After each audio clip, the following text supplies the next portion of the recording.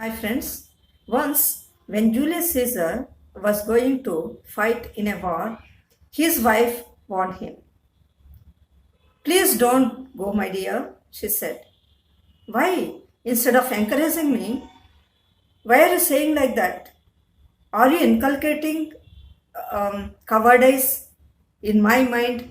He asked. No, please listen to me. I had a bad dream. In that dream, I saw many bad signs. Please don't go now. For that, Julius Caesar said, a coward dies many times before his death. Our present situation is also in the same way.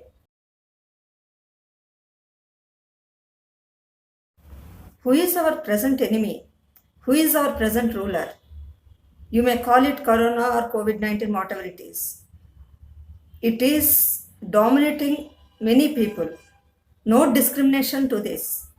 So, many people are losing their lives because of fear.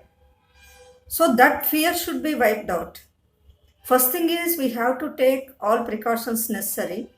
And second thing is we should not be scared. So some people are after getting corona and this, they are committing even suicides also. And some people, because of the fear, because if they are tested positive, they are losing their lives. So this type of fear should be rooted out from their minds. It is small virus. So what can it do? If we have strong willpower, it can't do anything. But we have to take all precautions which are necessary. So we have to develop immunity in ourselves, resistance in ourselves by eating such food. This microscopic organism called virus taught us many lessons in our lives. It has changed our lifestyle. So let us develop positive attitude on every aspect which we are facing now. In this regard, let us know an interesting story on positive attitude. Now let's know the story. Once there lived a king and his minister who had been good friends.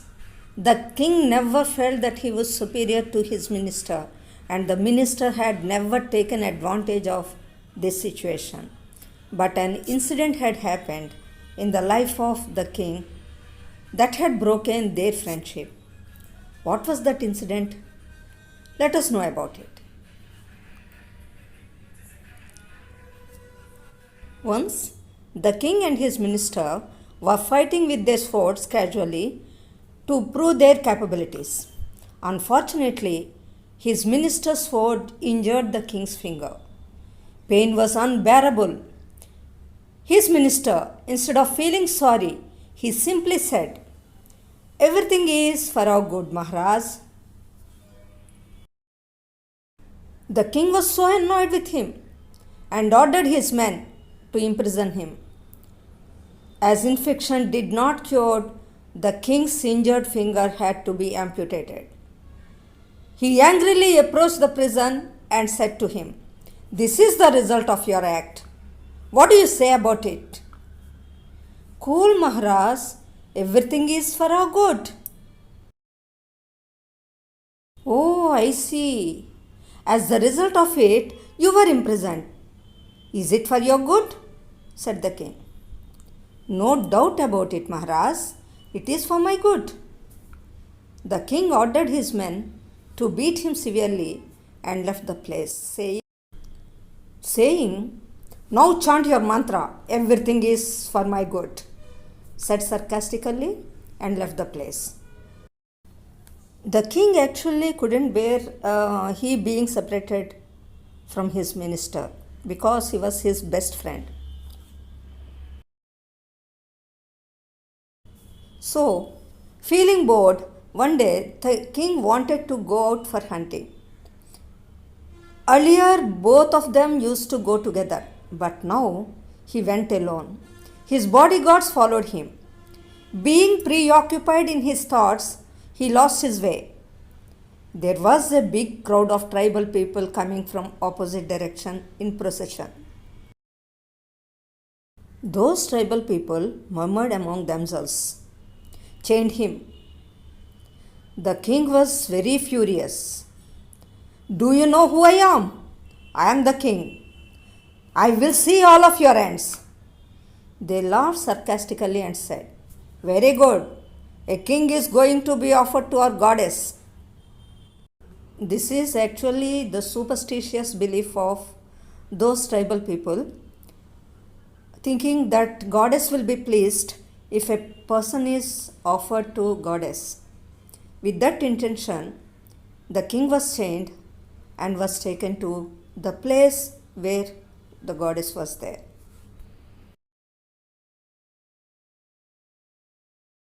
In the next scene, the king was brought to the place where some rituals were being performed to their goddess. King was chained to a tree. Music was being played. The king said to himself, today is my last day. The head of the group observed the king very keenly. Stop playing music, he shouted at them. Those tribal people were taken aback. Have you seen the man whose finger was amputated? He is not perfect man to offer to our goddess. You idiots, leave him and get a perfect man. They gave him some lashes and left him. Meanwhile, search for the king started. His men saw him coming from opposite direction. His robes were full of blood. They couldn't even identify him. He explained them everything that had happened. He was recollecting his friend's words. First time he understood the meaning of his minister's words. Yes, everything is for our good. He further thought, if my finger had not been amputated, I would have been food to their goddess. He repented for putting his best friend in prison. Immediately after reaching his kingdom, he ordered his men to release his minister. He embraced him and said, yes, Mahamantri, I understood the true meaning of your words. It is 100% applicable in my situation.